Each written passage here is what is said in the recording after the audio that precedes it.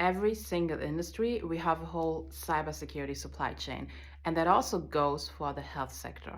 Like, think about like all the different stakeholders, also with the insurances coming in, not just the doctors, the clinic, and everybody around that, the therapist maybe. So we have so many stakeholders, and we also have a little of mix who's responsible, because the health area is also very political. So it's not like you have a company, you have a CEO, you keep the company accountable by addressing something to the CEO.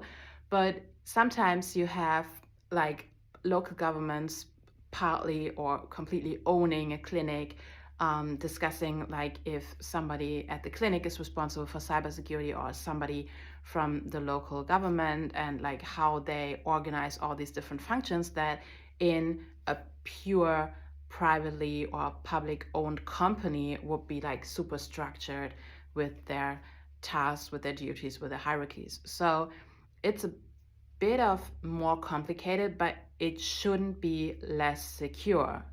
That's the important part. So actually what we do in this cybersecurity supply chain is that we make a cybersecurity strategy for this company, that can be a clinic, a doctor's office, whatever you like, entity as well. And then this company, this, let's say, core, in my case, client, also does vendor checks with all their data processors and IT providers. And this way we keep the whole supply chain safe and secure.